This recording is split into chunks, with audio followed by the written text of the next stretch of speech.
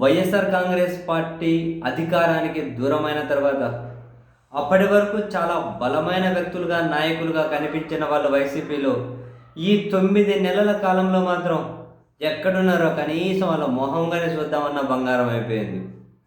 చాలామంది ఎక్కడ కార్యకర్తల మీద దాడులు జరిగినా, కేసులు పెట్టినా, ఇంకొకటైనా ప్రభుత్వం ఎలాంటి ప్రజా వ్యతిరేక నిర్ణయాలు తీసుకున్నా, ఇంకొకటైనా ఎక్కడే కూడా కిముక్ అంటలేదు.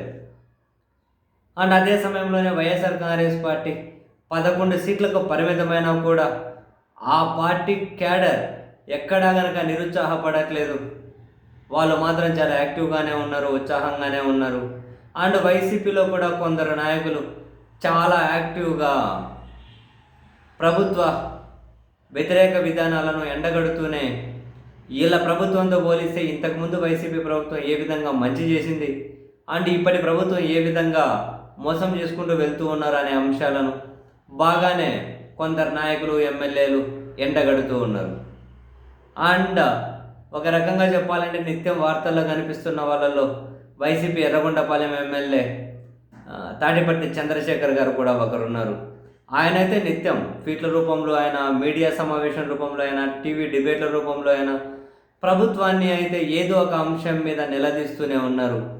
అండ్ ఆయన ట్విట్టర్లో అయితే చాలాసార్లు పంచులు సెటైర్లతో విరుచుకుపడుతుంటారు. కావాలంటే ఈరోజు ఆయన వేసిన ట్వీట్లు 2 ట్వీట్లు చూడండి. ఒక ట్వీట్ ఏమో మార్కాపురము జిల్లా కేంద్రం అయిందట, ఎర్రగొండపాలెం రెవెన్యూ డివిజన్ అయిందట, అమరావతి ప్రాంతం అమెరికా అయిందట, తిరుపతి పట్టణం వాటికన్ సిటీ అయిందట, మంగళగిరి మినీ దుబాయ్ అయిందట, ఆంధ్రప్రదేశ్ స్వర్ణాంధ్ర అయిందట, నేను ఈనాడు పేపర్ చదవడం పూర్తయిందట.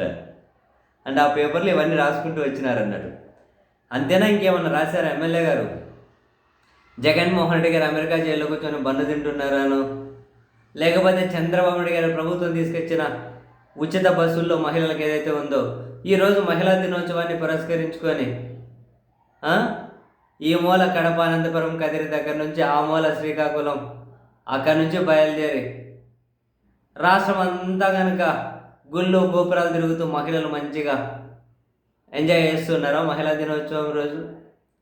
ఇలాంటివి ఏమైనా ఉన్నాయా? ఇంకా ఎంతమంది పిల్లలు ఉంటే అంతమందికి ఆ మహిళల అకౌంట్లు, అంటే విద్యార్థులు ఎంతమంది ఉంటారో అంతమంది తల్లుల అకౌంట్లో కూడా డబ్బు జమ అయిపోయిందా? మీకు ఇట్లా నిజంగా చాలానే కనిపించాలి. 4 లక్షల ఉద్యోగాలు వచ్చేసినట్లు, ఆ 4 లక్షల ఉద్యోగాలు వచ్చిన వాళ్ళలో 3,65,000 మంది పెళ్లి చేసుకున్నట్లు, ఇట్లాంటివి ఇంకేమైనా కనిపిస్తున్నాయా? కనిపిస్తే పోస్ట్ చేస్తూ ఉండండి అప్ప, మర్చిపోకుండా. అని ఇంకొక ట్వీట్ కూడా చూడండి. ఈ ఎండాకాలం ఏపీలో ఉష్ణోగ్రత తగ్గించడానికి బాబు గారు రియల్ టైం గవర్నెన్స్ శాఖతో సమీక్ష నిర్వహించలేదా? ఎలన్ మస్క్ గారితో జూమ్ కాల్లో చర్చలు జరపలేదా? బాబు గారి చర్చల పట్ల ఐక్యరాజ్య సమితి అభినందనలు తెలపలేదా? మార్చి నెల వచ్చాక ఇలాంటి వార్తలు ప్లాన్ చేయాలిగా ఎల్లో మీడియా అంటూ చూడండి, పంచులు సెటైర్లు. అండ్ ఆయన యాక్చువల్గా కీలకమైనటువంటి అంశాల మీద అండ్ మొన్న బడ్జెట్ ప్రవేశపెట్టిన దగ్గర నుంచి కూడా